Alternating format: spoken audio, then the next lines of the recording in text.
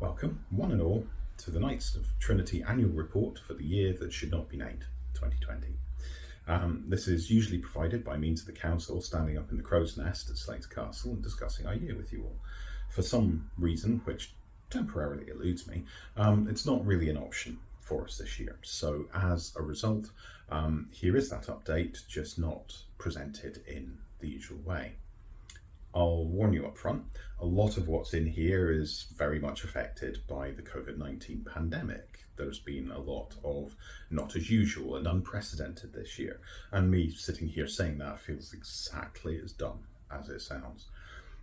It's currently deeply affecting everyone, of course, but for a hobby which involves sitting around a table talking with each other for several hours, I think it's probably fair to say that our activities have been curtailed considerably more than some other hobbies have been.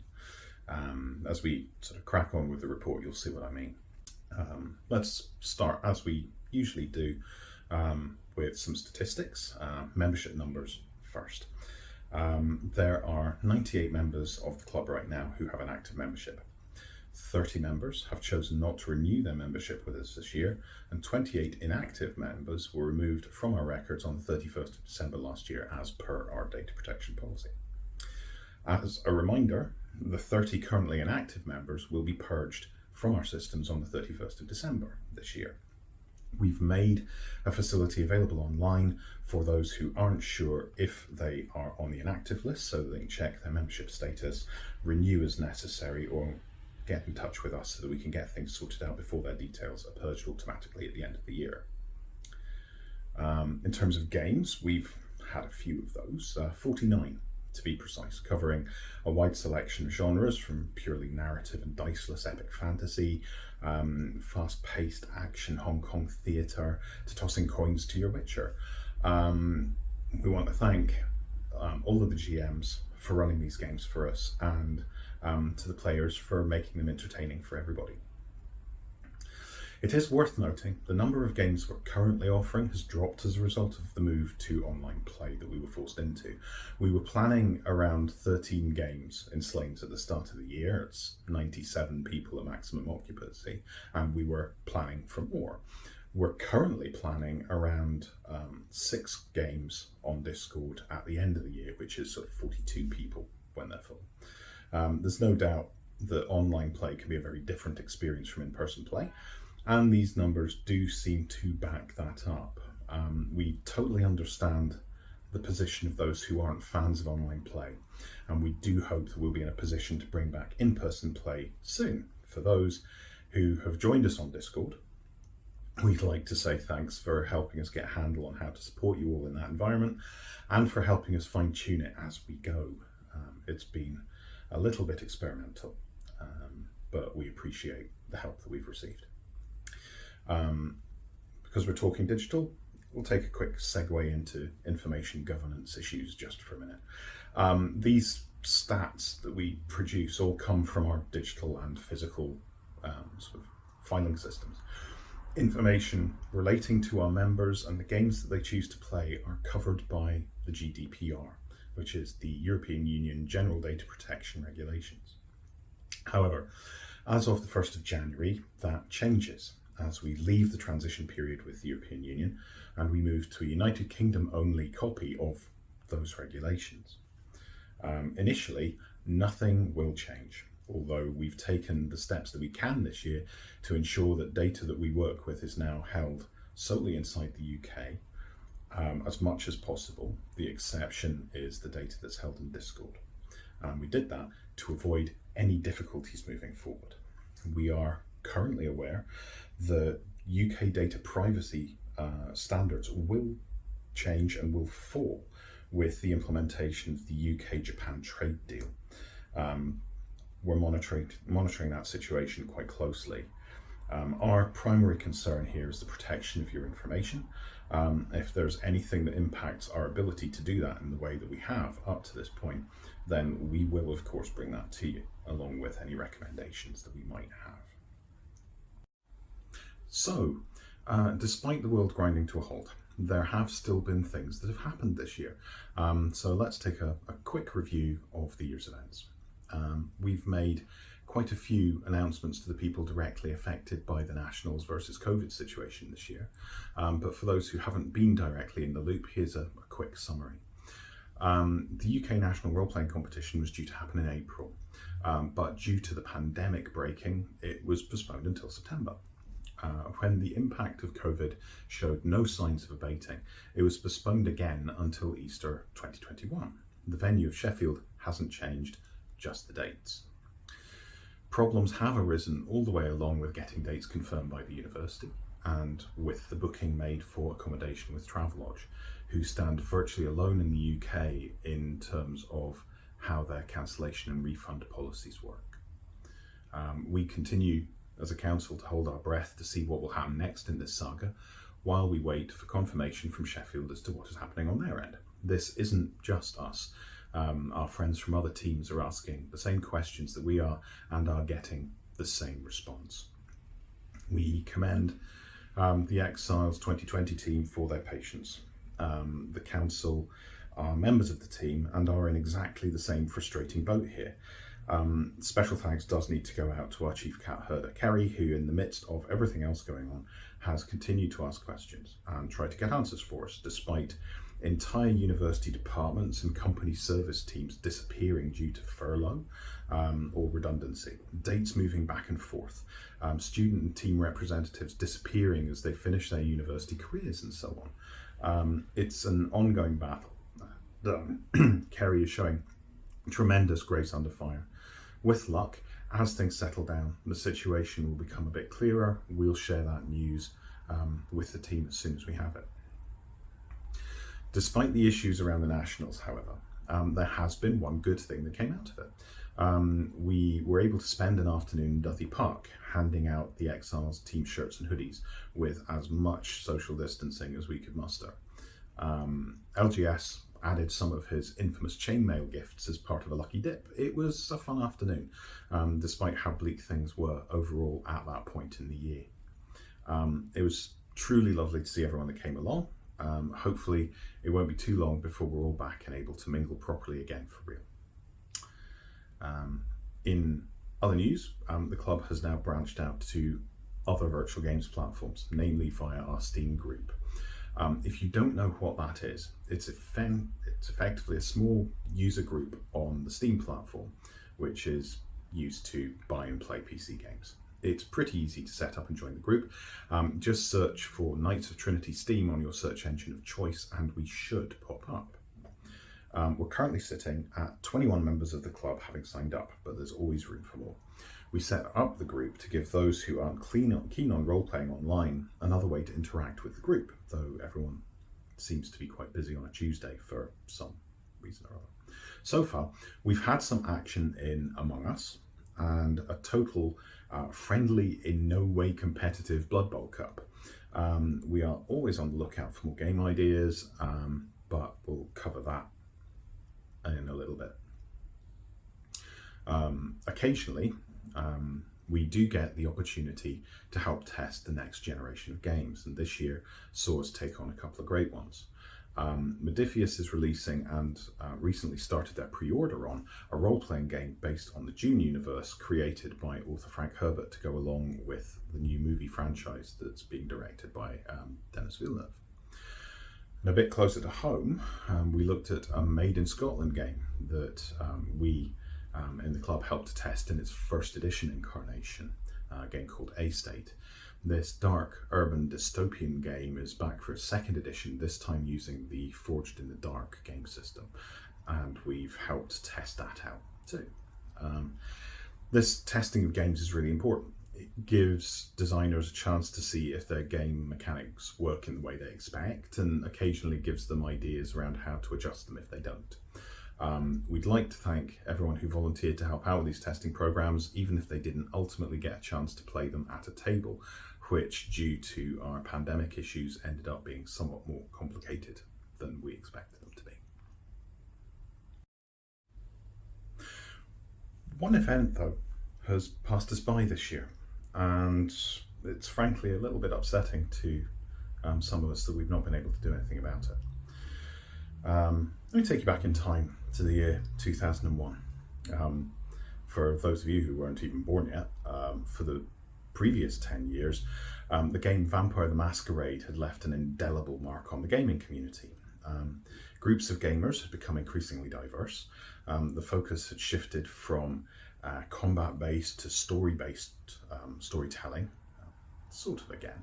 And a burst of interest in live-action gaming had vampire-inspired live-action games popping up all over the country. Aberdeen was no exception to this rule, and in the top bar of the Illicit Still on Netherkirkgate, a group of players had just completed the main plot of a game called Nightwalker, created by the demonic duo of Steve Ironside and Steve Thompson. And they'd done so slightly earlier than expected, to be honest. Players always mess with storylines. So the players asked the not unreasonable question, so what do we do now? We still had the booking for the bar, and with it being the end of November, it was getting too close to Christmas to launch something big. So I stupidly said something along the lines of, well, I guess we could do some tabletop stuff just now and then work on a live game for next year. The live game never actually happened. The Knights of Trinity were born instead.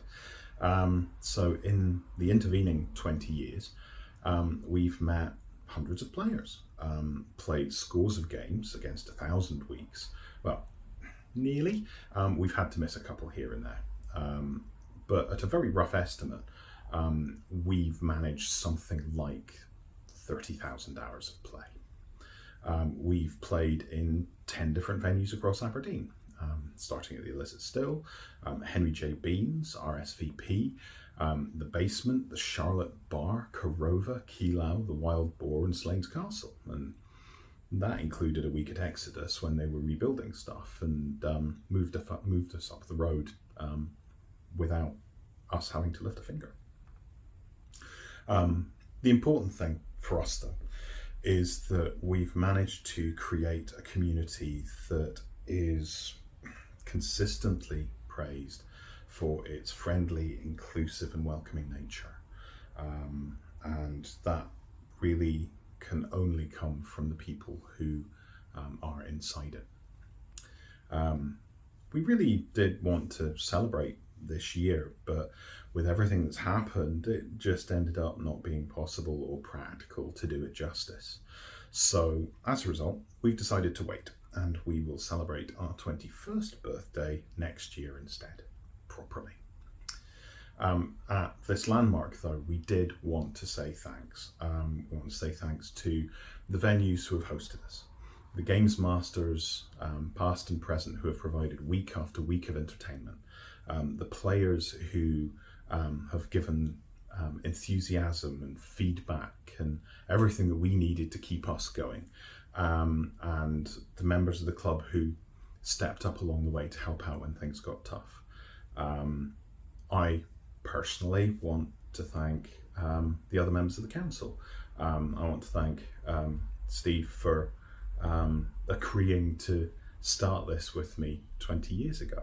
I want to thank Kerry for her support through the years and taking on the burden of running the Nationals initially and then becoming a full member of the council later on. And I want to thank Dwayne, George and Beth for joining us when it became clear that there was so much work to be done in the club that the council needed to be bigger.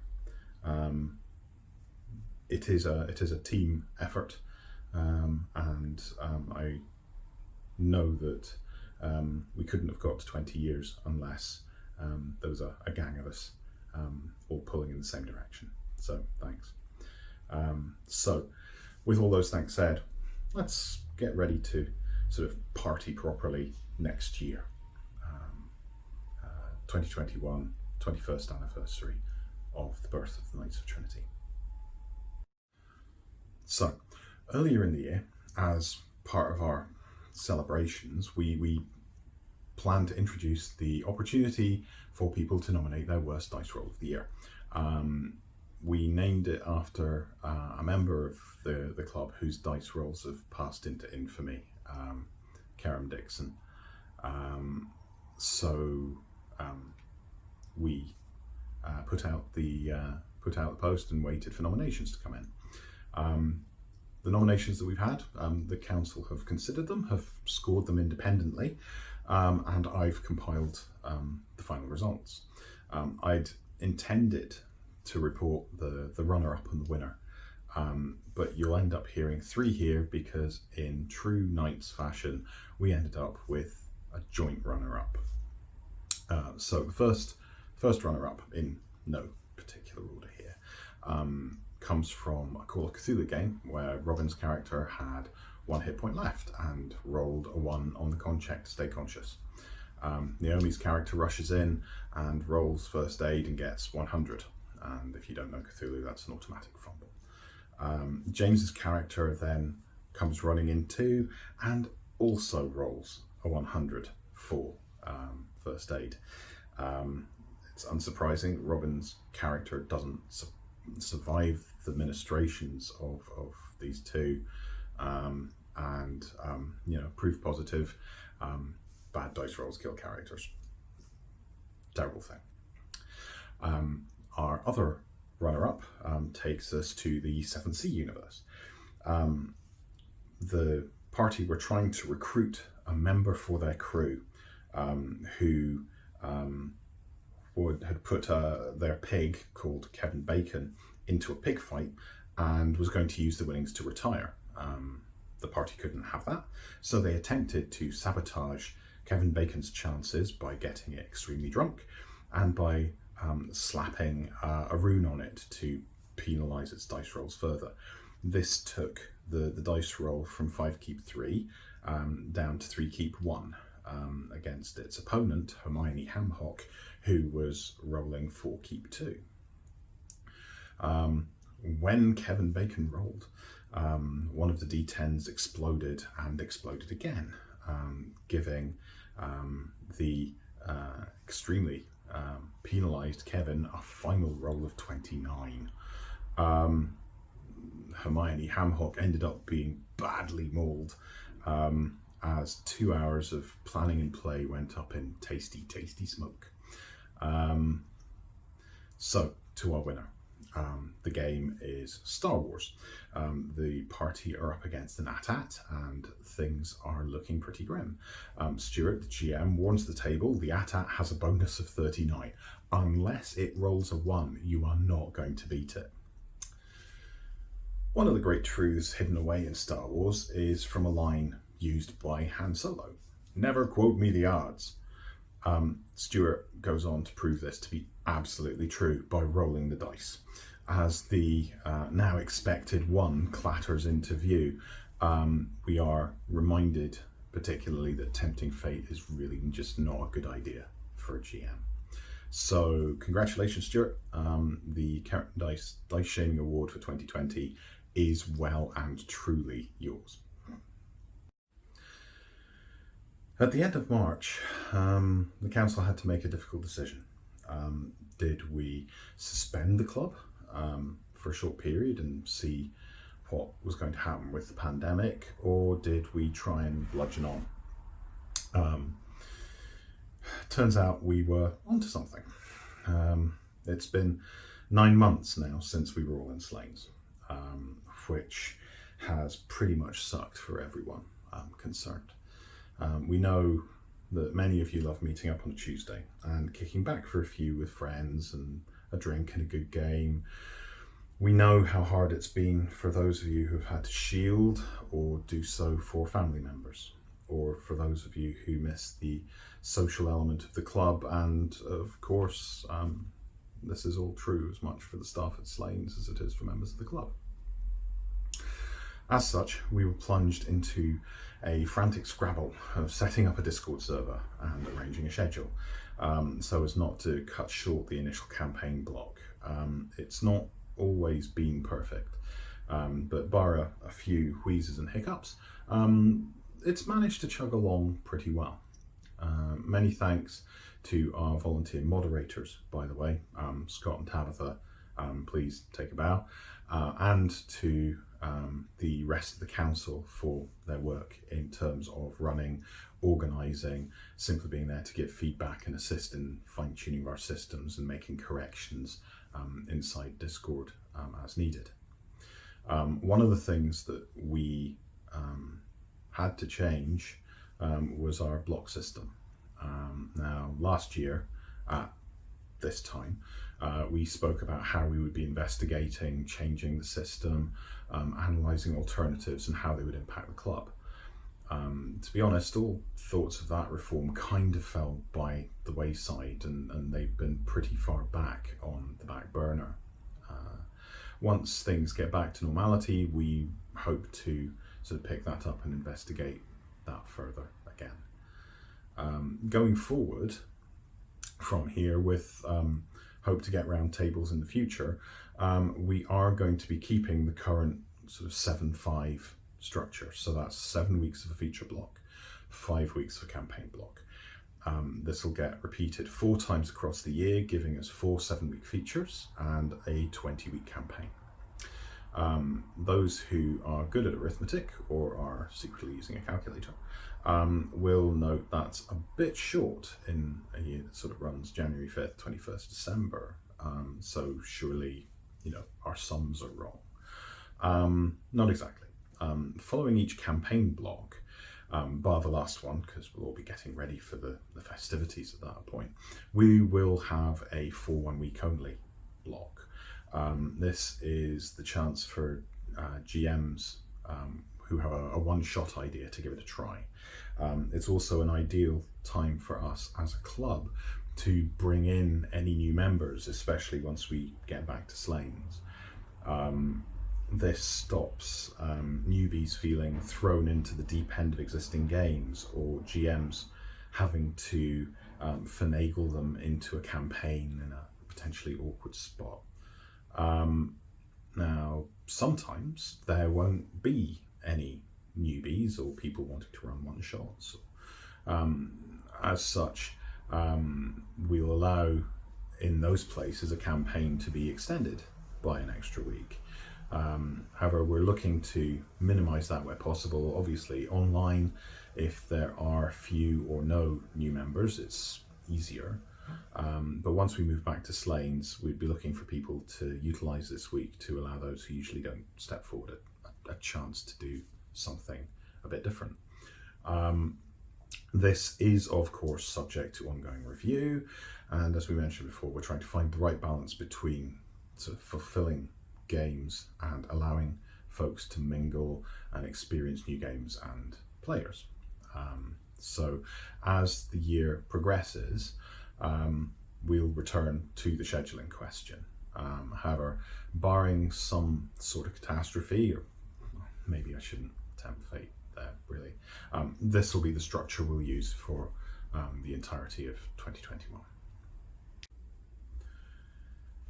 You might think that putting a new block structure in place that covers both in-person and online play is all well and good if in-person play is actually there. But it's not yet anyway. Like all good GMs though, we are trying to plan for contingency. With some sort of return to normalcy on the cards, we've been thinking ahead to what that is going to look like. While we haven't got any finalised plans yet, there are factors that are going to influence our decisions. The reason we don't have any finalised plans in place is because we are very much at the mercy of central government policy here. We're also keeping in mind that members of the club might have specific health concerns related to either the COVID virus itself or the vaccine and their ability to use it, or indeed their choice to use it. So, with that said, here is the sort of draft plan as we currently envisage it. Vaccines are starting to roll out slowly, which is great. The pace of vaccination is expected to increase as supplies become available and reach GPs across the UK. That should increase the ability of people to socialise together and should see the COVID-19 levels for Aberdeen City and Shire lower. Currently, Scottish regulations won't allow a group such as ours to meet as we were used to until such times as we leave the level system altogether. Even then, they may decide to apply some limits to the size of groups that can meet. That will be driven in part by the rules that are handed to our in-person venue, Slains Castle. We're reasonably confident that we can expect limits on how we can use the space in the venue that we won't be able to control. So to mitigate those limits, we are proposing the use of 4 main measures. Firstly, we will use a blended approach to play. Our Discord server will keep running. Some of our games will run online only. We'll identify which games those are at the advertising stage. If it should turn out that a game can be run offline once it's filled, and that would be based on player and GM preference, then we'll consider moving it offline to allow for better use of the space in Slains. Secondly, we think it would probably be wise to allow for more games by allowing a general reduction of the number of players in a game from the current default number of 6 down to 3 or 4, where possible. Smaller games consume less space, which allows greater separation in a venue, although it would require having more GMs available to run games. That's not to say that a 6-player game wouldn't be allowed, it just wouldn't be our immediate go-to in terms of how we size things. Thirdly, we spread our gaming across 2 separate nights of play. Now, this is something we were considering and had discussed in principle with Slains in terms of club growth in any event. But it makes sense if it's possible to do it in these circumstances as well. To maintain some semblance of separation, we would split the in-person club into 2 cohorts or bubbles of players and GMs. These cohorts wouldn't be allowed to mix, at least initially, which allows us to create a fire break and help Slains provide a bit of spread control. Fourthly, we introduce play material management protocols. Sounds terribly fancy. These include obvious precautions such as potentially prohibiting the sharing of dice, pens and so on where there's a risk of cross-contamination, to ensuring that where possible people are using digital play material, sort of character sheets, handouts, that sort of thing at tables. We do appreciate that there are potential challenges inherent in doing that, given that Slains have notoriously challenging Wi-Fi and cellular reception, but there were a couple of ideas that might help with that we're currently kicking around. To make some of these options possible though, it may be necessary to amend the current list of pieces of information that we collect and hold on members, such as a willingness to play online, which cohort you're a member of, and so on. We may also end up being required to hold data by the government to allow us to meet. So, the subject of vaccine passports, for example, has popped up in the press over the last few weeks. As per our data protection policy, if that sort of thing becomes necessary, you'd be advised and asked to consent to our use of this data on your behalf. We think that covers the widest set of possible futures, but we will keep you up to date as we learn more about what's possible. As we get back towards normal, especially once we open up the in-person play side again, we sort of hope and expect that more people will return to take part. This does mean, yet again, we'd like to invite anyone who might be interested in volunteering to be one of our games masters to get in touch with us. This year, our GMs really have been the glue that's held the club together more than ever before, giving players the opportunity to create memorable tales in the darkest of times. If you'd like to give it a try, being a GM, let us know. We will give you all the support that we can muster in order to make any game that you run a success.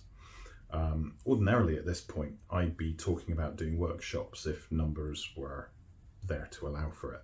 But I can't guarantee that given the circumstances, unsurprisingly, although we'll certainly try to do something if there's a demand.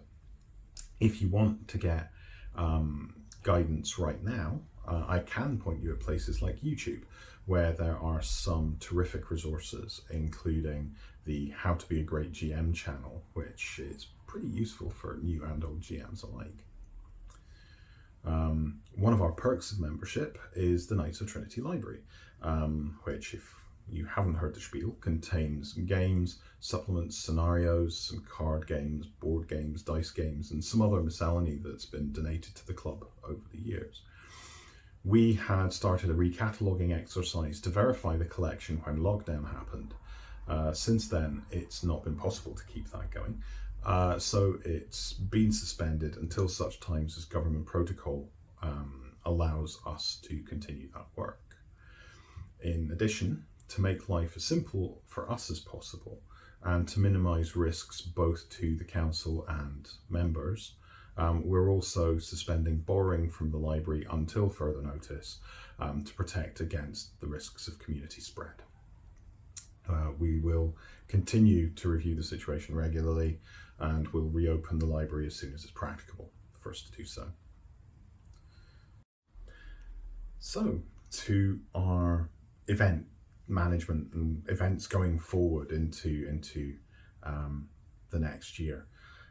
I would dearly love to sit here and tell you that I come to you now at the turn of the tide. But like with everything that we've mentioned up to this point, it's all affected by the virus, and we're going to have to play it by ear. Outdoor socially distant events are fine on a sort of lovely June day. Not so much in Aberdeen in February at -10 degrees with the wind trying to peel the skin off your face. However, if things do go well vaccine-wise, hopefully Kerry and Beth will be able to start organising some meetups or cinema nights when circumstances allow. And of course, if we do get any updates on the situation as regards the Nationals, then we will let you know. But as we head into 2021, our focus right now has to be on virtual events. So online conventions, markets, etc. Should we hear of any, or if you hear of any and bring them to our attention, we are keen to promote them and make sure that our members can get involved and show some support to convention organisers who this year have really had the smelly end of the stick. The other kind of virtual events that we want to get involved in are things like our Steam group. Currently our Blood Bowl tournament is ongoing, and want to give thanks to Scott for setting that up. Once the inaugural cup is over, we'll be keen to start another, or possibly even a league, if there's enough interest. If you are interested, drop us a message in the Blood Bowl room on our Discord server. We are currently looking into scheduling more games and games nights, and keeping an eye on the cheaper online games, since we know this time has been tough on a lot of people's wallets as well. So if you're interested in the mafia style action of Among Us, or ghost hunting in Phasmophobia, then just sign up. A link will be provided on Discord, and we'll put one on Facebook as well. The final way we're considering running an online games night is with an MMO. A Knights of Trinity Guild would be a fun way to play together, as well as something to do yourself. However, we are wary that many of these are subscription based, and as we've said before, a lot of people have been hit hard in their wallets over the past 12 months, and that matters. So we'd like to gauge interest in the idea of an MMO guild, and also find out which MMOs appeal to the group who are interested. We'll come back to you all with some more about this once we've had a chance to have a look. Other virtual events we are also investigating. Beth is currently checking into the feasibility of organising watch parties. Of what? Well, could be anything really, from the great to the awful to the so bad it's good. However, the logistics of this are a little tricky, We'll come back to you once we have a concrete idea of what's involved, and once we've made sure that we don't end up getting ourselves tangled up in broadcasting rights issues along the way. So there we have it, another year under our collective belts. It's been extremely challenging in every sphere of life this year, we know that. We also know that folks have turned to hobbies, new and old, in order to help cope with the difficulties that they face. Some hobbies like ours have been forced to completely change in order to survive because of the pandemic, and will be amongst the last to return to normal, if indeed that's really ever something that's going to be possible. It really has been a painful realization that our ability to simply get together and play games is so incredibly fragile. And if there was ever proof needed that those of us who choose to roll dice for initiative for fun are only antisocial and don't play well in groups, I think we've put that well and truly to bed as nonsense this year. The members of the council and I would like to sincerely thank every member of the club this year. Whether you've been a member of our online cohort or you tried it but decided it wasn't for you, even if you knew it wasn't your thing and didn't join us online, but you continue to support our efforts to try to stay operational until we can get everybody back to a table, thank you for that. Fellow clubs have been decimated all over the country, hell, all over the world, but it's only with the support that we've received, both moral and practical, that we have in any way managed to make it through these last 9 months.